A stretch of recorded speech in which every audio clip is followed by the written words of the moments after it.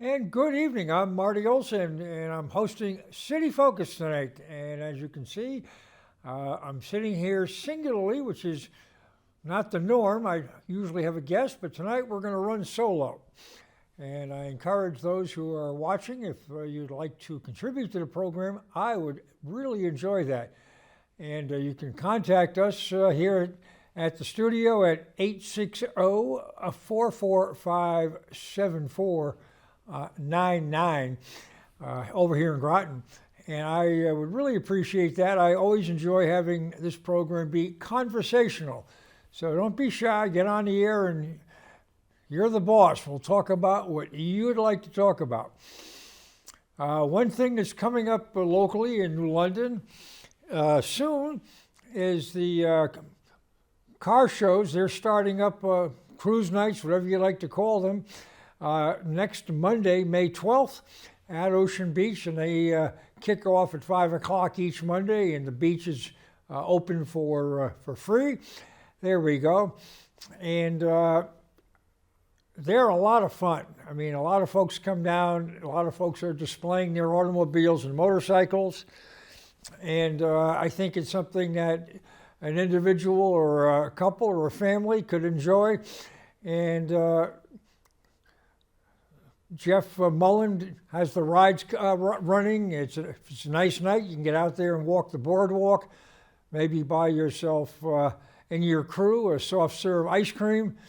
And Jeff also has the arcade open. Golf course should be open, I would think. And it's a nice evening for socialization and get out and enjoy the Jewel of New London, Ocean Beach Park. And that will run every Monday throughout the summer through September 8th, which is just past Labor Day. And that's, obviously weather permitting. And they do a good job keeping the public posted in terms of the circumstances with weather and whether or not the show will go on, as they say. So with that, put that on your calendar on Monday nights, and it's a lot of fun. I've been spending a fair amount of time on the program, as well as when I've been a guest on Lee Elsey's radio program. And the next time I'll be on Lee will be the 22nd, Thursday morning at 6:30, has been on the community center or recreation center in Fort Trumbull area of New London. I have some concerns and reservations that they'll be able to generate enough revenue to sustain this facility. It's big, it's new, it looks good. But it's in a space or location that's going to be, I think, challenging to find for many. And a key consideration, which I have significant reservations about, is budgeted in the revenue source is the need for an exorbitant amount of out-of-town folks to buy memberships for our facility. And I just don't see that happening between the amount of gyms such as Planet Fitness and others that are all over Southeastern Connecticut at much more reasonable rates versus many of the communities in our region already have community centers or swimming pools that are accessible to the public, usually at their high schools, and also high schools that are more accessible to the public than New London's have been over the course of many, many years. I don't wish ill on any of these projects going on in New London. I mean, I live there. I like to see in New London achieve success. Failure is not good, but I worry, and I'm a Republican in a heavily Democratic community, and I've had the pleasure and opportunity to serve from time to time on the city council, including 1 year as mayor. And the last 2 times I've served, I've been the only elected Republican in New London, and that puts you in kind of the role of the loyal opposition. I've got a responsibility to ask questions and push and hold the the administration and the majority's feet to the fire and see that they're doing the best they can for New London and not just go off half-cocked. It's a challenging role to play, and you don't want to get, be negative all the time. But sometimes the decisions made in City Hall, I think, require significant discussion and debate, and that's something that we really haven't had the last, I'm going to say 4 years or so. It's been all Democrats on the school board and the city council, and that's not a healthy environment whatsoever. And which leads to, we do have municipal elections coming this fall, and the political parties will be nominating slates and candidates for these offices, council and board of education. The mayor's up for another additional 2 years. And I think it's incumbent that, well, the GOP is going to have to get some good candidates to challenge, but for the community and the electorate to give the minority party a good look, and if they think that some of our candidates meet your needs and qualifications and will do a good job, I highly suggest you give them a vote, give them a look. Diversity of ideas is critically important.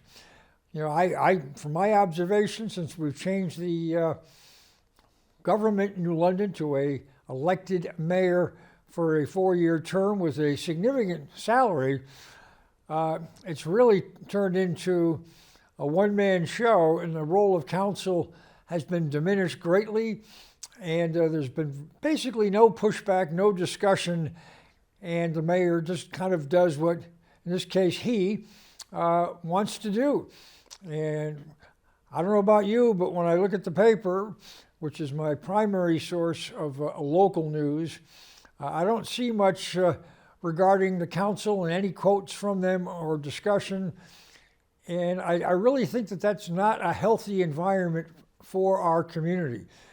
And I would encourage you this evening, since I'm running solo, we can take any topic you'd like, though, but please call in. Numbers on the screen, 860-445-7499. I generally don't ask folks to call ahead, but I certainly encourage you to call today. There's just so much going on, between the community center. The mayor has, at least based on reports in the paper, made a commitment to a indestructible public restroom for Toby May Park up on Ocean Avenue for a cool, let's see, what is that, $170,000, I believe. And I don't know about you, but I just don't have the confidence that this public lavatory is not going to get used and abused, and it'll prove its destructiveness by our local youth, who have not shown a lot of respect for the public facilities throughout our parks in the city. Whenever they're open, they seem to get damaged in one way or another, and it's not healthy, and it doesn't look good, and it requires a fair amount of time, effort, and of course some money for materials to keep these things just looking and keeping them clean, looking good and clean. So I don't know what you thought about that, but I'm again, it's another one of these items that I'm skeptical of, and the expense. I'm just wondering, where our priorities are. I would rather see us committing police officers to the Central Business District on Bank and State, especially on the Thursday, Friday, Saturdays, and generate some pedestrian traffic, which would be a boon for downtown businesses, and to get some of our vacant commercial properties filled. I mean, it's who's going to invest and who's going to come into town if they don't feel safe?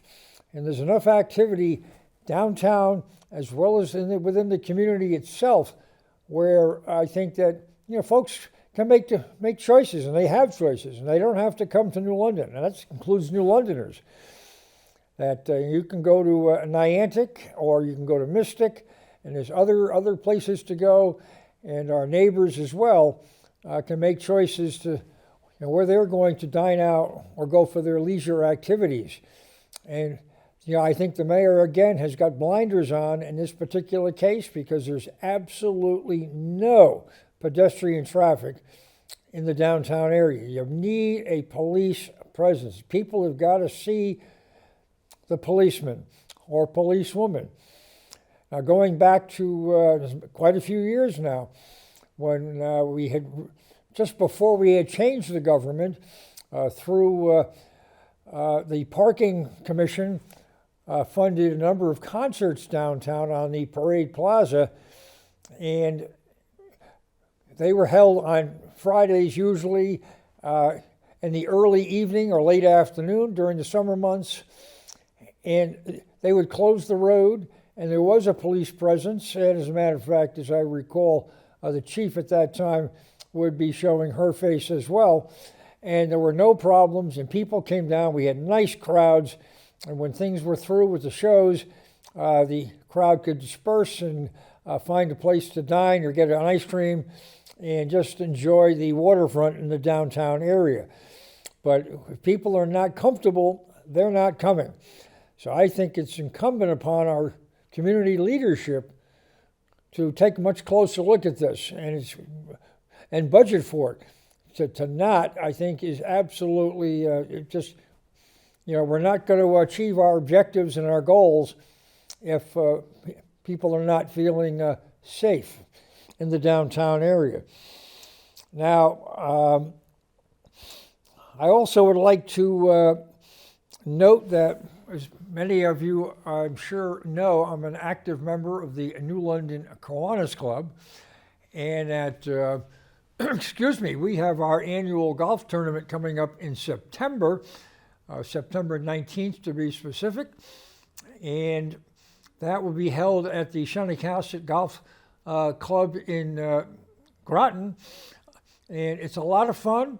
It's my club's primary fundraiser for the year. We raise enough money, got the last 4 years, actually starting with COVID, which is now pushing 4 years.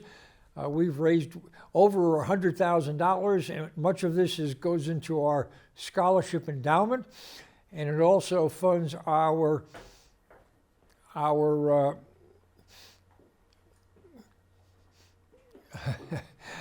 it funds our social and activities in the community, charitable activities. Word I'm searching for, and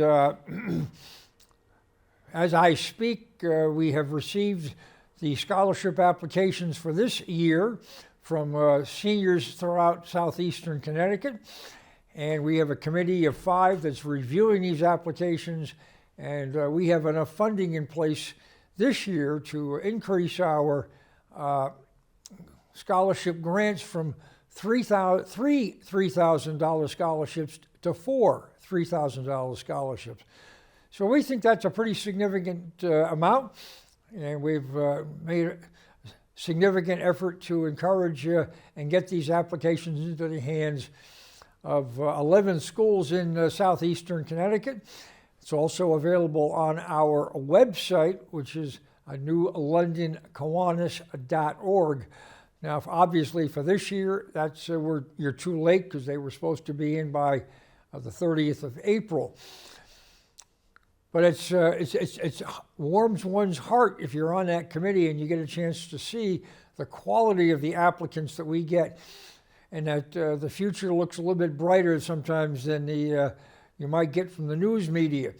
That we've got bright young folks that are going to do well in life, and they're going to be there when some of us are needing Social Security. And I tease the young high school kids because I do get Social Security. I'm counting on you guys to keep this thing going. So, but it's a great program. We've been doing this for Well, let's see. I don't remember the year, but I remember the first recipient of a New London Kiwanis scholarship, and that was Tony Sibilia, who spent time as a teacher in the New London Public Schools. Matter of fact, I had him for an English class, and he spent, I think, the bulk of his educational career as the head of adult education, where he did a great job. And that's a program that New London can be proud of. We've had adult ed running for decades, and running a reset, and let's see which one of the gainers, it's been very, very, very beneficial. And New London does have an awful lot of folks who come in where English is a second language, and we've got a terrific program there that allows them to get certificates and GEDs and to become productive members of society. And I think that should be recognized for the fine work they do. And that program runs down in Shaw's Cove. And for folks who need that type of education, they should just stop in. Everybody down there is going to treat you like $1 million, and take advantage of it. They also offer a lot of programming that is for the community, from travel to domestically, locally, as well as internationally. So take a look and take advantage, more importantly, of positive offerings here in New London. I want to mention that for those folks who may not have the cable outlets to watch the program live, this program, not live, but shortly after we go off the air, is posted on YouTube, and you can tell your friends and neighbors and relatives. You can, if you go to SEC-TV and search for that, and then search for a city focus, and either under my name or perhaps a guest name, you'll get the past program as a significant library of city focus programming, and you can hear and see my guest over the course of an extended period of time. And my program guy who's in the control room there, Drew Wilson, does a terrific job, and I couldn't do all this without him, and I thank him for all his efforts to make this show as positive and engaging as we do. Let's see. I also, as I think many of you know, that I'm a big sports guy and I enjoy attending sporting events. And we have locally, here in New London and Groton for that matter, 4 colleges when you include UConn Avery Point, but the Coast Guard Academy, Connecticut College, and Mitchell College. And each of them offers a variety of varsity athletic teams and competitions, and they're very competitive conferences. And they have done exceptionally well in different areas with these different programs. As a matter of fact, Mitchell College will be playing tomorrow, and let me see if I got the time here. Let's see, 4 p.m. it's scheduled. They're playing Johnson and Wales. Johnson and Wales is the #1 seed in that conference, and Mitchell came in second. And they had 8 teams playing in their league tournament in 2 different 4-team brackets, and Mitchell and Johnson and Wales each won their bracket, and they will compete tomorrow and I believe Friday as well, and that will be up in Providence. And I'm actually giving some consideration to taking a ride up to watch the Mariners play. And the competition is good, the players are good. Many of them are local to Eastern Connecticut or Connecticut in general. And it's, I think it's a nice way to spend an afternoon. Also, the Coast Guard Academy finished second in their league, and their baseball team. And on Friday at 3:30, they're scheduled to play the winner of the MIT Babson College game. And MIT finished third in the league. Babson was sixth. And a couple of buddies and I went up and saw the cadets play MIT a few weeks ago. The first game, which we happened to stay and watch, the engineers from MIT won that opening game, but the cadets came back in the second half of part of a doubleheader and took the second wrap-up game of the twin bill. And also, we've got UConn Avery Point. They're playing this weekend as well, but they're playing in New York State, I believe. They're not home, but they've had a long track record of success under the tutelage of Roger Bidwell. And the coaches that have come in and replaced Coach Bidwell have been keeping up the high level of success, and we're hoping that they will do as well as they have in the past. Now, I also want to note, about an hour drive away, that Eastern Connecticut will be home on Saturday, and they have got a terrific record, and they're at the head of the Northeast Conference. And I think that, they made the NCAA tournament, I believe it was last year or the year before, and the University of Connecticut, which has a brand new stadium, I might add, they're home on Saturday, and they'll be playing Butler University at 2 o'clock. And our buddy and I are, if weather permitting, is planning on making the trek up to Stores to see the stadium and watch the Huskies play. So just to spread one's wings, but there's those opportunities. And I might, reach out, because I know a lot of folks will go to their local high school games, but these college games and the schools locally anyway are, Division III, and the level of competition in the conferences that Con and Coast Guard and Mitchell play in is very, very stiff. And the quality of players, whether it be in basketball or baseball or other sports, is high level, and these youngsters are very, very talented, and it's very, very competitive. And I think that even for some of our young high school students, if you can get them to a ball game or a competition, to give them an idea of what they may be looking at, should they decide they'd like to step up and play at the next level. Not everybody's going to be the next Michael Jordan or be an NBA player or an NFL player. They are the exception to the rule, I think, is understating it. I mean, there's, we have one gentleman now playing in the NBA, Chris Dunn, who's now with the Los Angeles Clippers, and they just got moved out of the playoffs.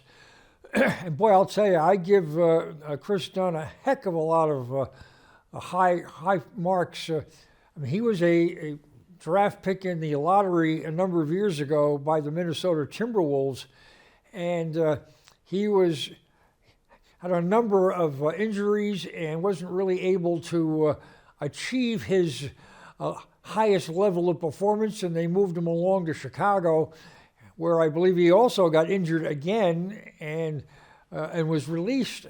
But he didn't give up. I mean, he went into the G League, I think it's called, but it's kind of like the minor league for the NBA, and he worked his tail off, and he got another chance. And Utah picked him up last year as a free agent, and he moved along to San Diego for this season. But I think that's amazing. I mean, I'll be honest with you, when things didn't work out in Chicago, the level of competition for these seats on these NBA teams is exceptionally tight, that he would get another chance. And he's taking great advantage of it. He's moved into the starting lineup with San Diego, and I've talked with folks who pay much closer attention to it than I, that say he's performed exceptionally well. And, that's one of the things that I try to really impress upon our youngsters, the high school kids, that who are playing sports, especially in New London, that you're not just representing you. you're representing the school and you're representing your community.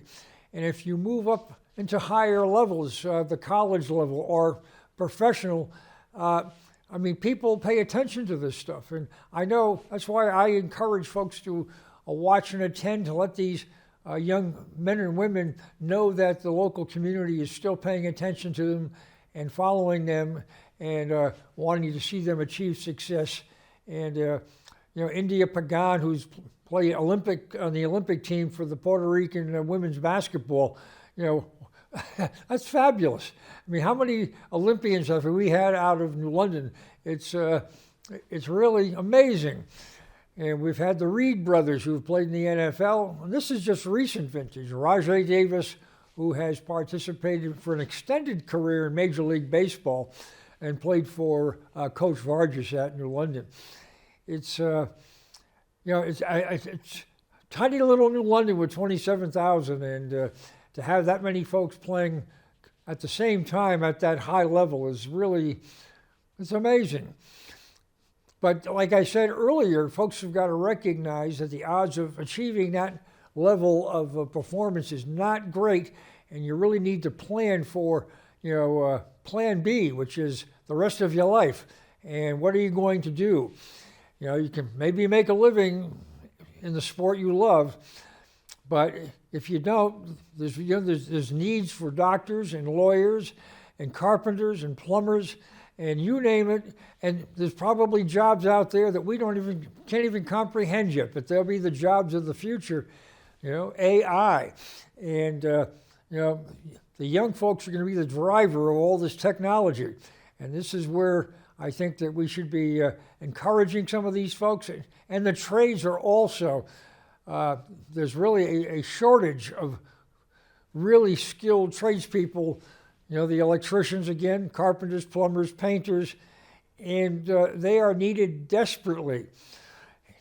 And it's a good way to make a living, especially when you've got highly skilled in the trades. Grasso Tech and Norwich Tech gives young folks an opportunity to get a leg up in these areas for high school students. And they are worth consideration and give them a good look. When I was in high school many, many years ago at New London, they had a industrial arts, as it was called, where they had woodworking and they had a metal and drafting. And these are things that are not really in the public schools at this time. You have to go to the tech schools. And just don't look away at that stuff. There's a guy on television named Mike Rowe who does programming about the trades, and he outlines clearly about different areas where young people or even older people, middle-aged people can go, and you don't need a college education to get into these areas here where you can be forklift operators and this, that, and the other thing, and make a terrific living. And he exemplifies how this gets done and how well you can do and how well you can be compensated. And this is, I think, where, smart people are going to be thinking broadly. They're not looking at the narrow. They're looking much broader in terms of how they can find something they enjoy doing and be well compensated for it as an adult. I mentioned Coach Vargas earlier. I would like to just note that, roughly a month ago, Coach Vargas passed away, and a couple of weeks ago, Coach Jim Bunicor, Buny, the football coach, longtime football coach at New London High School, and Coach Vargas was the longtime baseball coach head baseball coach at New London, as well as an assistant for Coach Bunicor. And these are two gentlemen who paid a large part in my youth and growing up. I had the privilege of playing on Coach Bunicor's first football team as head coach at New London High School in 1969. And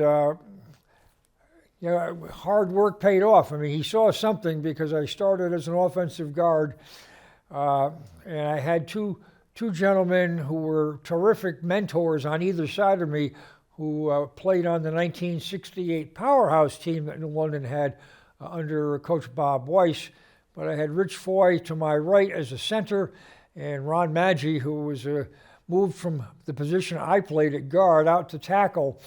And those guys were wonderful, and they, I'm sure, covered up a few of my early shortcomings as a neophyte on the line, but they were strong and steady and sturdy. And I see Rich, who's still in town, and enjoy chatting with him about a variety of things. But we do chat frequently about UConn football, which he played and was an All-American during his tenure up in Storrs. And it's a lot of fun. But with the coaches, I mean, one thing that I think that folks have got to recognize, I mean, and it's not just our guys, there are coaches everywhere. But how many young people do coaches touch? I mean, it's a staggering, especially the folks that stay there for 15, 20, 25, 30 years like Bunicor and Vargas. And how they do their job as a coach and how they try to make young men out of young boys coming into the program when they're in their young teens, and to learn the discipline to play team sports, and the fact that not everybody's going to be a star, and you learn discipline, and you learn all sorts of life skills. I believe that, especially in football, that the running backs, skill position guys, as we like to call them, if they don't have the teamwork in an effective front line blocking, those high skills go to waste, because you need the guys blocking for you to do your fancy stuff. So, and when you're watching a game, I realize most folks watch the ball, but every once in a while take a look at the line and watch what they're doing. It's pretty fun stuff. So at least I always thought it was. And but I have high regard and respect for those who coach, and it's getting more and more daunting to be a coach. Years ago, at the high school level anyway, young men primarily, because women's sports weren't quite as accessible 50 years ago.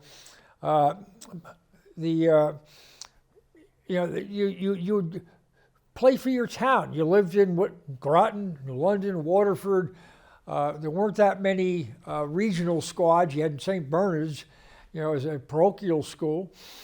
And the tech schools didn't have football. They didn't have the ability to have players who may want to play for a particular squad, or if they came from, let's say, New London and were going to a magnet school or the tech schools, come back home and then play for their hometown team that way. But we had to play for our hometown team. And so you played for your town, and you played for the pride, the green and gold in New London. And I think that's a part of that, growing up and feeling pride for your community, and recognizing, again, as I noted earlier, that people are paying attention to what you're doing. I've had the privilege a couple of years ago of having Coach Bobby Sanchez on my program when he first was hired as the football coach, and he brought in a couple of players with him. And during the course of the program, I mentioned to the young folks, I says, you got to recognize that people are paying attention, and that you're not just representing yourself here, and that people in the community, they know what you're doing. And you are a leader. You are by definition, as a football player at New London High School, people look up to you. If you're a junior, senior, upperclassman, these young kids that are behind you, they think you're hot stuff. So you got to, understand that. You've got to go to class, do your work. It's not just on the ball field. You've got to show leadership in all capacities. You can't be doing stupid things when you're out of school. You've got to pay attention. Don't get hooked up with the wrong crowd. And it pays dividends. And if you have any desire as an athlete to play at the next level, I mean, you've got to be good. You've got to be not only a good player, but you've got to be a good student. If you're not a good student and can't make it in the classroom at the next level, the colleges don't want you.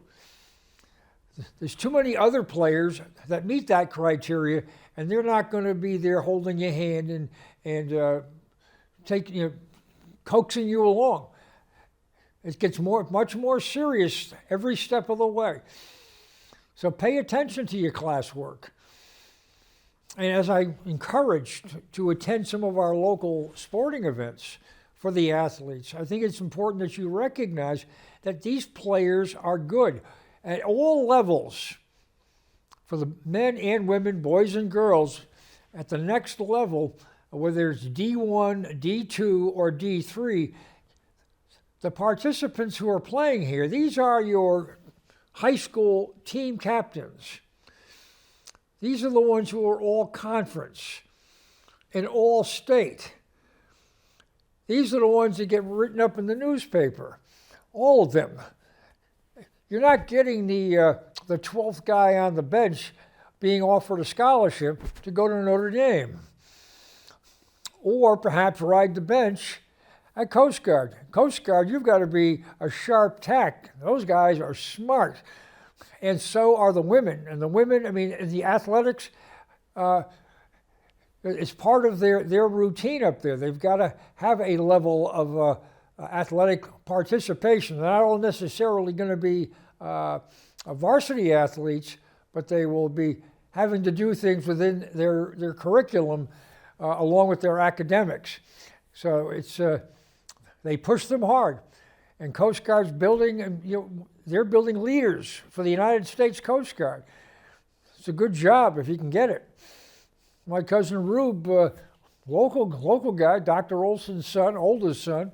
I mean, he made it through Coast Guard after a stint at Rutgers and Mitchell, for that matter, and he retired admiral, and his last job at in Coast Guard was a superintendent at the academy. Pretty heady stuff for a local guy. Local guy's done well. And he, after retirement, was president of the Webb Institute, another prestigious institution of higher learning. So the opportunities are there, and I think you have to be willing to work hard and keep your nose clean. I mean, there's temptation around every corner. There's stupid stuff going on, and I'm not naive enough to think that the young folks aren't going to try to test the waters, because others are. But you have to recognize sometimes you burn, and if you make a bad judgment call, and it could have long-term repercussions. Always weigh the pros and the cons on some of these things, especially when you're out of school and you're out on your own with your pals. And again, attempt to be in a leadership role and lead the way and be that one that people look up to for being, and for the right reasons. I really enjoy doing this program, and I encourage folks to chip in and help out. I need guests to come on from time to time. If you're somebody who has got a story you'd like to tell, I'd love to have you on as a guest. It need not be athletic or political, whatever the program may be. And I really have a lot of fun with this. And quite frankly, talking for the better part of an hour singularly, this gives me a chance to be challenged, because it's a lot more difficult than it is to have a compadre sitting on the other side of this little table here and having a conversation. But I really appreciate those who've tuned in this evening. And next week we'll be running a rerun, because I have a prior engagement and will not be able to be in the studio, but we'll be back live in 2 weeks. Drew will be running a program next week. I may suggest to him that we run our program with Tony D'Angelo, also known as Tony D, who's a weekly guest on the Lee Elsie program on Tuesday mornings. Tony's terrific in terms of economic and business and political issues and discussions. He tends to hone in on the state of Connecticut, although when he was in with me, we also strayed a little bit and got involved with some federal topics as well. So, and if you've got ideas, always you can call me offline and or stop in where I work over at Ace Hardware in Waterford and make a suggestion. Say, why don't you try this? Have you talked about that? And I'm all ears for that kind of stuff. And on that note, ladies and gentlemen, I want to thank you for watching. And we're going to have to say goodnight from City Focus. And we'll see you again next week. Good night.